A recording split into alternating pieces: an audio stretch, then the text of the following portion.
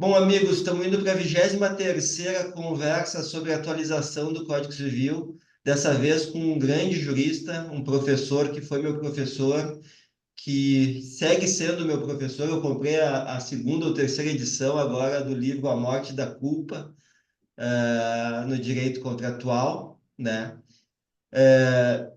Hoje é um parecerista também, tá advogando, e a gente conta aqui com o trabalho dele no nosso escritório. Tem sido muito legal aprender com o professor na advocacia também. Eu acho que a gente tá tendo resultados maravilhosos, né, Catalã? Essa tua vinda aí para a advocacia foi algo maravilhoso e reforça muito a tradição aqui do nosso escritório, do que o meu pai fala, de que fazer uma advocacia bem feita é uma advocacia que parte da teoria, né? A gente não pode advogar pelo bom senso, a gente tem que ter um porto, e o nosso porto é científico, né, doutor? Então, eu acho que a teoria, assim, da forma como tu desenvolve e como coloca ela nas coisas mais cotidianas da vida, é algo muito lindo de se ver, e é por isso que sempre que a gente precisa, a gente conta com a ajuda do professor Marcos Catalã. Marco, a gente está aqui pelo Instituto dos Advogados do Rio Grande do Sul. Eu sou o diretor do Departamento de Direito Civil. Agradeço em meu nome e agradeço em nome da doutora Sulamita Cabral, que é a presidente do IARGS, do Instituto. Essa instituição tão importante aí, com 98 anos de vida, né? Aqui no Rio Grande do Sul é mais antiga até que a OAB. Tu é da casa, né? Tanto do IARCS como da ESA, tá sempre conosco aí nos ensinando. Então, quero te agradecer, em meu nome, em nome da Sulamita. Muito obrigado mesmo por estar despendendo aí um pouco desse teu tempo, dessa tua rotina, dessa tua maratona, que é gigantesca. Eu acho que foi ano passado que tu me falou que tu tinha viajado quantos dias no ano? 80 dias? O mundo pré-pandemia e pré-Ayla era um mundo, para mim, de 40 a 45 viagens por ano. Imagina. O pós-pandemia, a Isso paternidade e agora a falta de aeroporto acabaram impactando toda bastante semana nisso. praticamente pegando avião. Mas ainda assim, agora, para pegar avião, a gente tem que pegar um ônibus antes, de 6 ou 7 horas para ir, 6 ou 7 horas para voltar, Mas enfim, enfim, é é o que por nós temos, isso. não vamos reclamar, não É. é? Vamos olhar as oportunidades que a vida nos traz. Mas, Catalã, é por isso que eu e o Iargues agradecemos aí tu poder dispor de um tempinho seu para nós e para os colegas para falar sobre esse tema tão importante, tá? Eu sei realmente o quanto é difícil tu conseguir essa brecha na agenda, e tu conseguiu para nós aí, para a advocacia gaúcha, e é a advocacia brasileira que está acompanhando essas conversas sobre atualização. Muitíssimo obrigado, meu amigo. A palavra é tua, vai falar sobre direito digital e responsabilidade civil. Eu acho que é um tema maravilhoso e um tema espinhoso também. Meu amigo, a palavra é tua. Muito obrigado. Bom, sou eu quem agradece o espaço, a oportunidade. É uma honra integrar esse projeto de um instituto com tanta tradição. E você me diz agora que está prestes a completar um século de existência. Então, te agradeço, Arnaldo. Leve meu carinho à doutora Sulamita. Reconhecemos o belíssimo trabalho que ela tem desenvolvido. E agradeço os ouvintes, a audiência, a plateia, me pondo à disposição para a gente seguir dialogando caso surjam curiosidades, dúvidas. E só para sublinhar um ponto que está marcado na sua fala, é muito importante a gente estudar, porque direito não se confunde com bom senso. Eu falo isso de forma muito respeitosa, porque infelizmente a gente percebe muito no cotidiano, na prática, e esse movimento que eu faço da academia para a advocacia às vezes, infelizmente, me mostra isso. E eu sei que não é por má fé, não é por falta de boa vontade, de boa parte de todos os profissionais do direito. Às vezes é mesmo a crueldade de Cronos que acaba impulsionando as pessoas a fazerem as coisas sem a necessária, sem a devida reflexão, meditação, o que inclui aí o estudo. Aliás, da última vez que você esteve aqui, ainda não tinha esse aqui, ainda não tinha aquele lá em cima. Eles chegaram aqui recentemente. A Docelisa, minha esposa, que para quem não sabe, também aspas, minha chefe, tá? Me pergunta, mas por que comprar esses livros velhos? Isso tem 100 anos. Eu falei exatamente por isso, não é? Porque vai me permitir pensar e fazer conexões e olhar para o passado, me situar no presente e conseguir prospectar o futuro. Direito não é bom senso. Direito é uma ciência, pode até se questionar essa premissa se é uma ciência prática, se é só uma praxis, como ensina o professor Castanheira Neves, mas ele tem premissas muito fortes, muito sólidas. E por isso é importante, como direito não é bom senso, a gente pensar numa das suas fontes. Talvez não naquela que seja mais importante no contemporâneo, porque me parece que os princípios hoje são mais importantes que a própria ideia de regra, embora a gente não possa pensar regras sem princípios, mas olhar nesse caldo complexo que é a vida em sociedade, o que é a lei e quais são as transformações que a lei nos reserva. E o tema da reforma do Código Civil é muito oportuno, porque, enfim, o direito civil permeia o nosso cotidiano, Arnaldo, permeia a nossa vida em sociedade, né? Ainda que em muitos movimentos nós também tenhamos a incidência do direito do consumidor para balizar as nossas condutas normativas, na nossa prática jurídica de advogados, eu tenho o direito civil nos orientando, com as pitadinhas do Estatuto do OAB. O nosso dia a dia provavelmente é muito mais marcado por temas de direito civil, que acaba englobando, desde 2002, o direito societário, ou boa parte do direito societário, do que quaisquer outros direitos, né? A não ser que você não é o caso, obviamente, mas que alguém que nos escuta seja alguém que pratica reiteradamente condutas ilícitas, e aí vai ter que se preocupar com aquele direito menorzinho e com o direito penal. Aí vem as brincadeiras, civil é melhor que penal, sempre. Sempre, né? Desde o seu momento fundante. Tem muita gente batendo na reforma. E eu não quero aqui consumir o nosso tempo para ser mais um crítico. Tem algumas críticas que são pertinentes, tem muitas críticas que são vazias. Mas eu vim aqui para sublinhar aquilo que me parece ser positivo na reforma. Já começando por um aspecto que me parece muito importante, a conveniência. As coisas acontecem e depois se explicam. Há uma conjunção de fatores que viabilizam uma reforma ampla do direito civil brasileiro. E uma reforma ampla que, no meu sentir, é muito oportuna, repito, apesar de se poder fazer uma crítica pontual aqui, uma crítica pontual ali, ela é muito oportuna, ela é muito importante. Por quê? Porque nós temos um Código Civil velho, um Código Civil que nasceu velho e revelho. E isso é permeado, isso é percebido, melhor dizendo, em autores do porte de Gustavo Tepedino, de Paulo Lobo, do atual ministro Luiz Edson Fachin, autores que há 20, 25 anos já mostravam isso com muita clareza. Com todo respeito àquelas pessoas que participaram da elaboração do atual Código Civil, isso não é um desrespeito, mas é uma crítica às premissas que foram escolhidas. Está muito claro na exposição de motivos feita por Reale. O Código Civil resolveu se ancorar, se estruturar em tudo aquilo que já tínhamos, muito mais olhando para o passado do que preocupado com o presente e prospectando o futuro. Há um desequilíbrio aí na metáfora de um deus romano que me é muito caro, que é o deus Janus, ou Janus, que batiza janeiro, com duas faces, uma que olha para trás e uma olha para frente. O nosso Código Civil não se preocupou com questões inerentes à quarta revolução tecnológica, aliás, sequer poderia fazê-lo, mas mais do que isso, ele não se preocupou sequer com as questões inerentes à terceira revolução tecnológica, aquela que marcou a nossa adolescência e juventude.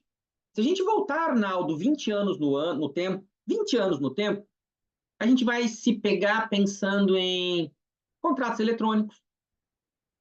É possível pactuar um contrato eletrônico? Na validade, nos requisitos de validade de um documento eletrônico.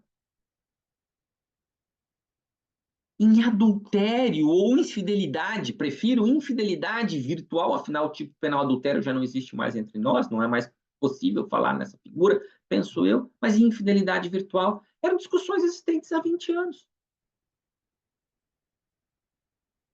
Essa discussão hoje está completamente desatualizada. Não me parece fazer nenhum sentido a gente seguir pensando em temas como esse. Ao contrário, Arnaldo. Tá? Eu tenho aqui comigo muito claramente uma série de dilemas enfrentados por nós civilistas. Como tutelar a intimidade, imagem, honra, identidade pessoal no universo de fake news que se propagam através das redes sociais, sem nenhum controle, ou controle mínimo, produzindo danos de distintas montas, que no limite equipara-se à morte, ao suicídio. Porque fake news levam a suicídios, como nudes levam a suicídios de jovens e de adolescentes, a perda da vida. Como lidar com aspectos inerentes aos avanços da inteligência artificial, que carregam consigo inúmeras dúvidas, dentre elas a autoria de textos, textos mundanos e textos científicos. Há estudos e mais estudos mostrando que distintos profissionais têm recorrido a sistemas de inteligência artificial, leia-se Chat GPT 4,5 e outros tantos, para a construção dos seus textos, que inventam referências, que inventam julgados, e que talvez inventem reflexões na medicina, na engenharia, na arquitetura, porque é pouco factível imaginar que só no direito o Chat GPT inventa coisas, nas outras áreas também não. E ainda, eu falava de autoria, autoria de textos, de músicas, de partituras, de desenhos, de pinturas, que já concorreram e ganharam prêmios com os seus autores intelectuais omitindo a informação. É evidente que a inteligência artificial, na legislação brasileira pelo menos, não pode ser considerada autor ou autora, mas criam. E, obviamente, não podemos esquecer aí o universo de dados pessoais, que às vezes são usados contra seus titulares, dados pessoais que são utilizados muitas vezes no universo daquilo que eu tenho tratado como dark nudges, empurrões sombrios, obscuros, nos fazem comprar coisas que não queremos com dinheiro que não temos, né? Com uma precisão gigantesca, porque já conseguem nos mapear melhor do que nos conhecer melhor do que nós nos conhecemos. E isso não é um jargão, isso não é um chavão, isso é um dado de realidade. E de modo transversal, Arnaldo, chamar a atenção para outras preocupações, como o phishing, captura de dados pessoais mediante fraude, cyberbullying, o grooming, que é o aliciamento de menores por meio da internet, com uma finalidade de natureza sexual, sextortion, upskirting, chatacon, lolicon e outras perversões sexuais que eu não vou tomar tempo e nem suscitar aqui questões mais delicadas contra perfis distintos de pessoas que nos escutam, que nos veem, dando as descrições desses comportamentos lascivos. Mas o fato é que eles acontecem. Acontecem com cada vez mais frequência. A manipulação do comportamento dos consumidores, abusos, violências das mais distintas naturezas, que são viabilizados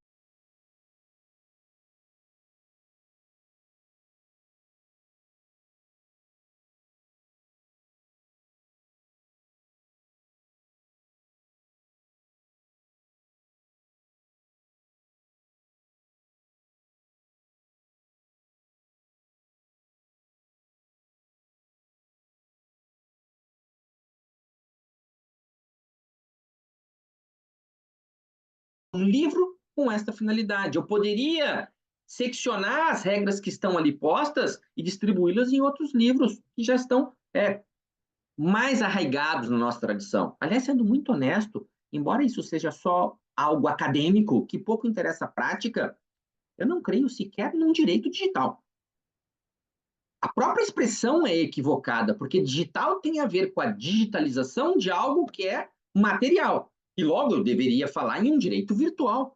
Mas não me parece que haja autonomia, como há num direito civil, como há num direito agrário, como há não um direito penal, como há no direito constitucional. Não há pressupostos que garantam a sua autonomia. Mas foi uma escolha. Foi uma escolha, talvez por conta do aspecto de novidade de boa parte dos temas que estão ali postos. Foi uma escolha, talvez, para evitar um conflito muito grande diante da magnitude da reforma, na nossa atualização, e daqui a pouco eu vou ter que memorizar a existência de um artigo 401A, 401B, 401C, 401Z, e acabaram as letras do nosso alfabeto e seguem as alterações. Então, são escolhas que são feitas no momento oportuno, por aquele grupo de pessoas que estava lá, muita gente super qualificada, muita gente super talentosa, e acima de tudo, muita gente com muita boa vontade, porque tudo foi feito muito rápido e o projeto é grandioso. Né? Eu tenho amigos envolvidos nessa comissão, eu tenho amigos que me perguntam às vezes, pô, eu poderia estar lá, porque não lembraram de mim? E eu me digo, que bom que não lembraram de mim, porque eu não teria energia para produzir como eles produziram, e eu reconheço isso expressamente. Por isso também não vou aqui levantar o dedo para criticar. E colaborei na medida do que foi possível, e o processo foi democrático, talvez não foi feito da forma ideal, mas eu já não acredito em mundos ideais há muito tempo. Tá? Enfim, refletindo sobre o direito projetado. Como eu dizia, eu quero aplaudir, eu quero sublinhar aspectos positivos. Aplaudir a propositura de regras que eu espero que venham a ser aprovadas, porque eu jamais em vida sonhei ver algumas dessas situações como hipóteses normativas previstas expressamente na lei. Talvez a gente possa, por meio da principiologia que existe, de uma leitura adequada do direito civil constitucional, alcançar essas mesmas respostas. Mas acho pouco provável que isso se reproduza em massa, considerando aquilo que a gente tem de material humano em geral trabalhando essas questões. Então, eu que estudo com muita seriedade, com muito comprometimento, que me dediquei à academia por longos anos sem pensar na prática, agora volto devagar, consigo enxergar essas questões, sem nenhuma modéstia, sem nenhuma falsa modéstia, honesto. Agora, consigo enxergar também que elas não pertencem ao nosso cotidiano. Ah, o advogado não escuta, não estuda psicologia cognitivo-comportamental enquanto regra. Né? Não estuda heurísticas, vieses, não estuda tecnologia, como o professor Marcos Erhardt, eu e Pablo Malheiros temos estudado com seriedade há algum tempo. Então, não é fácil enxergar essas questões. Quero enaltecer, portanto, algumas alternativas, algumas escolhas que eu espero, sinceramente, que sejam aprovadas. Espero, desejo, sonho. Uma coragem, por exemplo, percebida na sugestão que abandona o modelo iluminista e propõe que a tutela de direitos da personalidade, Arnaldo, como salvaguarda da dignidade humana, então uma conexão que nunca foi feita explicitamente na lei, embora ela esteja aí, essa tutela alcança direitos e deveres gestados no progresso tecnológico, o que impõe ao intérprete atenção constante às novas dimensões jurídicas carreadas pelo incontrolável avanço da técnica. E aqui um aspecto interessante. Não adianta simplesmente a gente falar limita, limita, limita, limita, porque a tecnologia vai encontrar um outro caminho.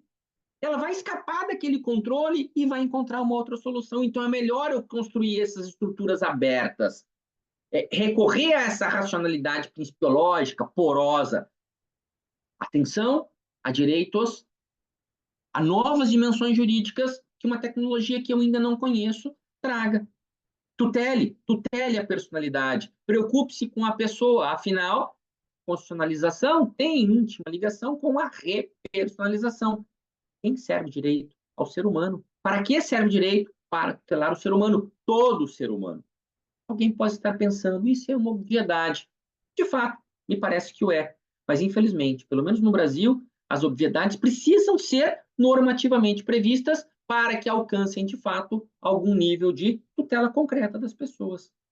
Eu também vejo arrojo, Arnaldo, em temas que se procura agora regrar, como a proteção da liberdade cognitiva, a proteção contra práticas discriminatórias, o fomento à transparência algorítmica, a promoção da inclusão social, estímulo à acessibilidade digital, respeito aos direitos humanos e exercício da cidadania. Tudo isso está destacado claramente quando a gente pensa a responsabilidade civil, a reparação dos danos previstas, que está prevista nesse livro de direito digital. O direito civil brasileiro nunca dialogou com isso. No máximo, flertou com a preocupação com outros, quando faz alusão à função social. do contrato e da propriedade. Da propriedade com um pouco mais de anterioridade, isso é uma tradição do direito agrário, está previsto na Constituição, a gente enxerga essa ideia com clareza no artigo 182 da Constituição, no artigo 186 da Constituição. Aliás, a função social da propriedade tem bula e ainda a prescrição à posologia na Constituição Federal, já a função social do contrato, ali no artigo 421 do Código Civil. Forma tímida, né?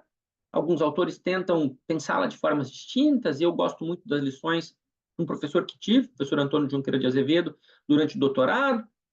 Parte delas são absorvidas pelo professor Tartucci, que tem um belíssimo trabalho a respeito deste assunto. Mas vai ter gente que vai dizer, respeito, mas discordo de ponta a ponta, que a função social equipara-se ou equivale à função econômica. Bom, mas se é função econômica, então eu não preciso falar em função social. E se é função econômica, a partir de que leitura da economia? Porque a gente tem pelo menos 6 escolas diferentes do pensamento econômico. Eu, particularmente, gosto muito da cognitivo-comportamental. Gosto muito da escola alemã, que nos faz pensar de forma um pouco mais ortodoxa as questões que ligam direito e economia. Abomino o projeto neoliberal, porque enxergo nele claramente um projeto de dominação. Aliás, tem alguns livros fantásticos a respeito deste assunto, mas eu não quero escapar para esse lado.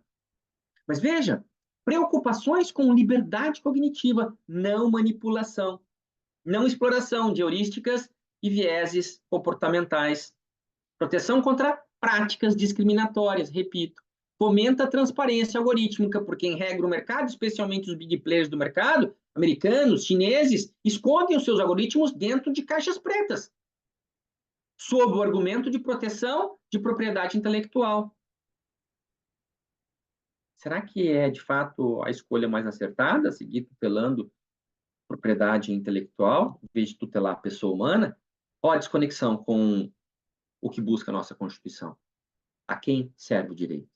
Para que serve o direito? Sempre pessoa humana, tutela da pessoa humana. Que eu tenho a lei falando em proteção da cidadania, isso é maravilhoso. Tá? Me encanta também a existência de regras propostas aludindo ao fato de que são suscetíveis de exclusão dados pessoais que deixarem de ser necessários para a finalidade que motivou a sua coleta ou tratamento, quando o consentimento foi retirado. Isso já está na LGPD. De fato, isso já está na LGPD. Mas mostra que o projeto está antenado, dialoga com outros diplomas normativos.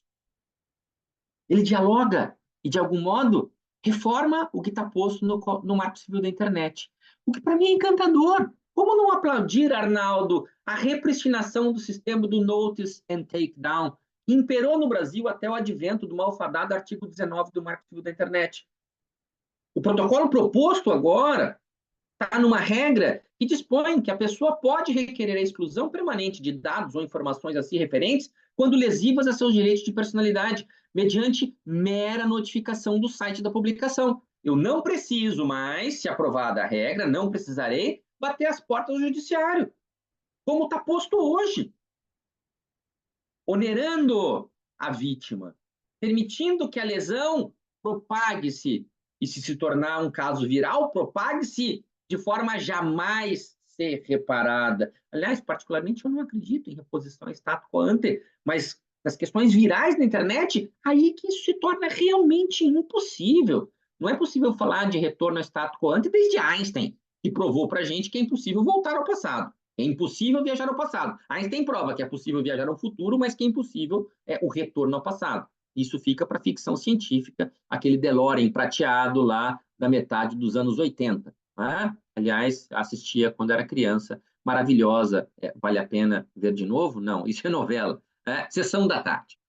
Momentos incríveis. Então, o Notice and Takedown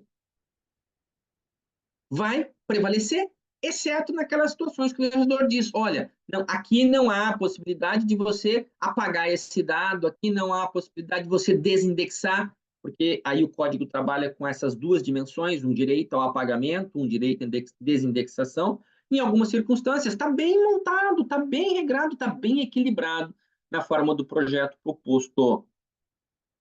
E essa ideia de notificação permeia, marca ainda o regramento de práticas de moderação de conteúdo. Está ali. Uma vez aprovada a reforma, deverão ser adotadas medidas para mitigar e prevenir a circulação de conteúdo ilícito, com mecanismos eficazes para reclamação e reparação integral do dano, de modo a permitir que as pessoas afetadas por conteúdos ilícitos notifiquem a plataforma digital por meio de canais de denúncias privadas. Então, vai ser criada uma espécie de um ombudsman. Olha, eu tenho um problema aqui, resolve para mim, por favor. Mais uma vez, sem precisar bater as portas do judiciário. Para terminar, eu quero crer que a proposta que mais me tocou é a que determina que responderão de forma objetiva pelos danos que seus atos e atividades causarem a outras pessoas, todos os provedores e usuários do ambiente digital. Isso para mim é incrível. Ela lembra que liberdade se exerce com responsabilidade e que o exercício de liberdades na internet não é diferente do exercício de liberdades fora dela, como quer parecer a tantas pessoas. Os haters aparecem nos discursos virtuais, mas às vezes se acovardam quando estão em cenários reais.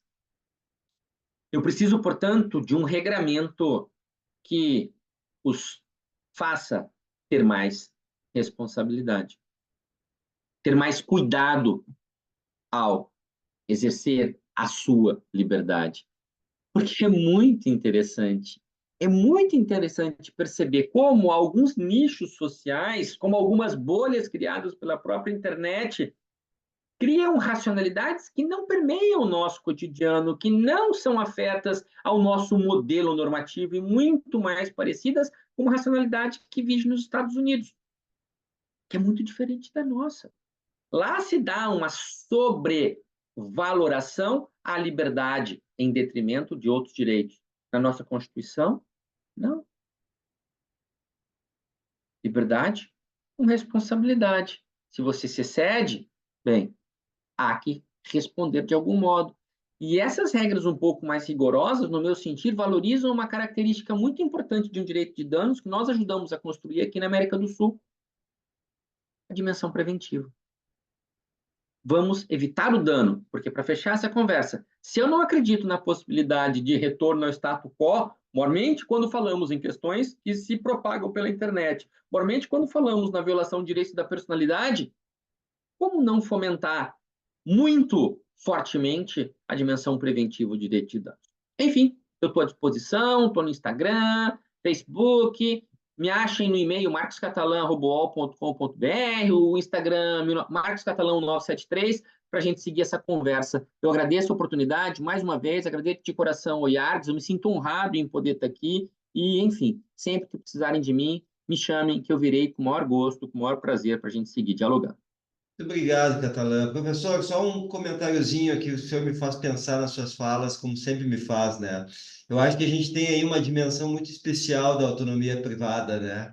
Com essa questão da responsabilidade, principalmente nesse novo mundo virtual, né? Eu acho que quando tu fala que o Código de 2002 já nasceu antigo, eu acho que ele nasceu antigo da mesma forma que o Código de Napoleão nasceu antigo.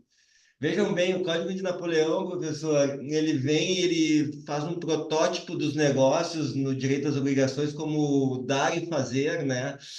Que é um negócio que vem lá da permuta romana ou grega, enfim, lá de muito tempo atrás, mas em 1750, um pouquinho antes, a gente teve a Revolução Industrial, a primeira Revolução Industrial que trouxe modalidades de contratos novas, intermediações, porque se tinham os excedentes, e nasceu ali o representante comercial, distribuição, e isso não fez parte das obrigações, teve que vir lá com os princípios, com a Alemanha trazendo boa-fé, depois função social, principalmente com português, né? Então, eu acho que assim, o direito dos contratos, ele sempre está, o que diz respeito a obrigações e contratos, sempre está atrasado nos códigos civis, e isso desde o primeiro. E eu vejo que isso também está um pouquinho atrasado agora, porque hoje se contrata, a contratação se dá no meio de plataformas digitais, seja um serviço, seja compra de produtos, a gente tem que reconhecer o tamanho dessa nova espécie de contratação, a representatividade e o volume que essas contratações por meio de plataformas digitais representam na nossa vida, seja hotel, seja Uber, seja compras em marketplaces, né? E isso novamente passa desapercebido no livro das obrigações e dos contratos, né? Como já passou desapercebido lá em 2002 e como, na verdade, desde Napoleão passa desapercebido, né? Essas novas formas de contratação. Gostei muito, muito, muito, muito que o senhor falou sobre o virtual, né, que é a nomenclatura correta, né? Isso lá o Pierre Levy já nos ensinava como o mundo A mim virtual. me parece, pelo menos. É uma coisa que já está pelo menos há 2 décadas. Eu acho que o Levy é de 1900, é de 2010, 2011, o Pierre Levy, que ele fala cultura virtual, o mundo virtual, né? Mas enfim, professor, achei maravilhoso, sabia que seria, por isso que eu tenho insistido bastante para o senhor fazer uma visitinha aqui para nós. Muitíssimo obrigado, tá? E a gente vai agora fazer essa publicação aí nessa quarta mesmo. Hoje a gente está gravando numa segunda-feira, dia 12 de agosto, e isso vai ao ar, essa conversa vai ao ar agora dia 14 de agosto, certo? E, né, eu acho que é importante a gente seguir debatendo sobre esses temas de uma forma muito profunda, porque a gente tem essa revolução virtual aí, essa terceira e quarta revolução industrial, que começou a ser implementada realmente na virada do século, né? Muito embora a internet seja um pouquinho anterior, mas ela cai nesse uso popular só na virada do século mesmo. E a gente ainda não tem pensado sobre isso, a jurisprudência não tem pensado sobre isso, poucos autores pensam sobre isso também. E eu acho que isso é uma mudança de socialidade muito grande na nossa sociedade, desculpa a redundância, né? E que afeta definitivamente vários e vários ramos disciplinas, digamos assim, do direito, né? Sem dúvida, Arnaldo. O que é importante a gente perceber? Eu não sei se daqui a 10 anos existirá um Facebook, uma Amazon, um Instagram. Mas eu sei que daqui a 10 anos as nossas vidas vão estar ainda mais fundidas ao universo virtual. Hoje já se fala em FII digital. A crítica que se faça físico e virtual. Elas estão acopladas. Veja, nós aqui conversando. Exatamente. Se fosse um bate-papo informal numa das salas do IARGS, eventual impropério que eu tivesse cometido teria uma limitação sociotemporal. Agora, eventual impropério que eu venha a cometer, espero que eu não tenha cometido nenhum impropério, não tenha praticado nenhuma deselegância, do que eu falo de forma muito respeitosa e para provocar reflexão, vai se propagar eternamente. Estamos, Ou até que o vídeo venha a ser apagado. estamos, como fala o Pierre Levy, desmaterializados, desterritorializados, totalmente flexíveis, né, doutor? Eu acho que isso é o benefício que a internet tem. Malefícios, óbvio que tem o mundo virtual, tem, mas tem muitos benefícios, né? Claro, e aí imagine, um ser com pouca importância como eu, não é o seu caso. Pode eventualmente ter o vídeo apagado, porque não vai despertar muita reflexão. Agora, e um ser de grande importância, um grande influencer digital, um grande artista, um grande jogador, qualquer esporte que seja, aproveitando aí o fim dos Jogos Olímpicos, não se apaga jamais, porque ele flui, e de um site para o outro, e para o outro, e para o outro, e para o E outro, e aí ele cresce como grama dentro da piscina. eternaliza, Enfim, eterniza. obrigado pela oportunidade, um beijo gigante. Eu Muitíssimo sigo sempre à obrigado, tua doutor. disposição, Uma boa tá? semana, um abração. Coração. Obrigado por mais essa aula. Valeu.